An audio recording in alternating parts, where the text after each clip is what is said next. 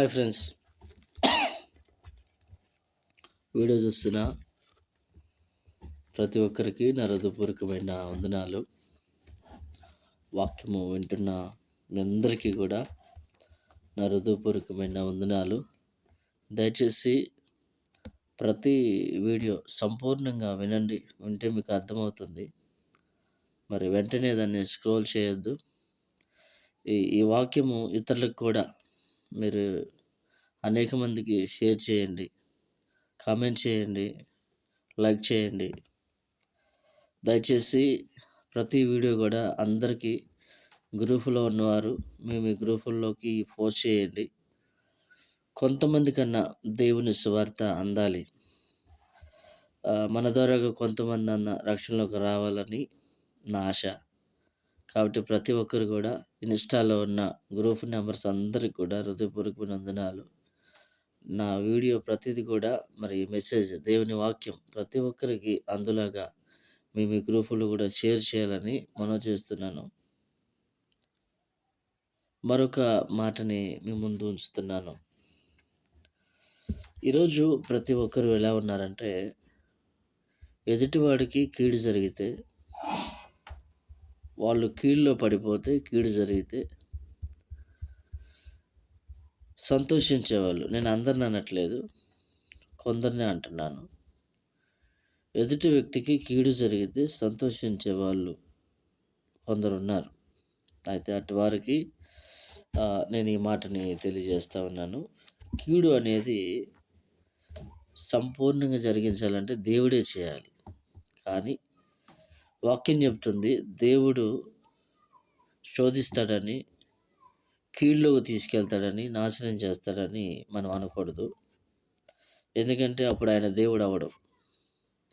ఆయన మనం మేలే కోరతాడు, కానీ దేవుడు కీడు ఎప్పుడు కోరడు.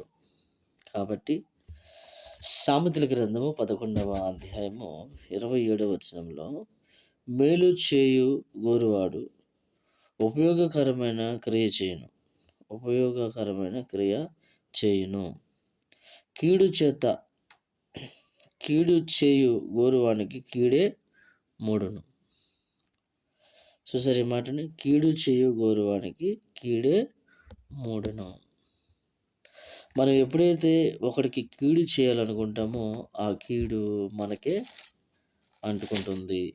ఎప్పుడైతే ఒకడికి మనం కీడు చేయాలని ఎప్పుడైతే మనం ప్రయత్నం చేస్తూ ఉంటామో ఆ కీడు మనకే వస్తుంది.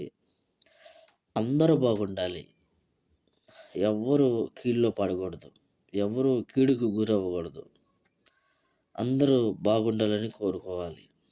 కానీ ఈరోజు చాలామంది పక్కవారికి కీడు జరిగితే సంతోషించే వాళ్ళు చాలామంది ఉన్నారు. ఈరోజు మనం కూడా అలాగే ఉన్నామా?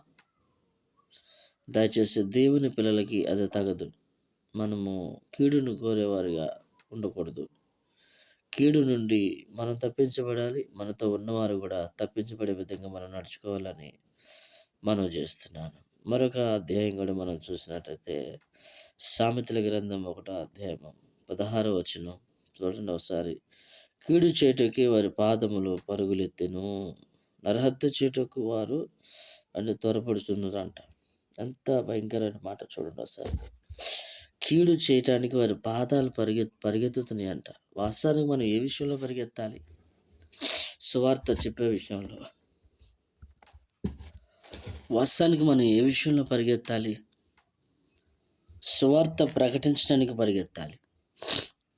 దేవుని వాక్యము అనేక ప్రాంతాల్లో బలముగా చాటడానికి పరిగెత్తాలి.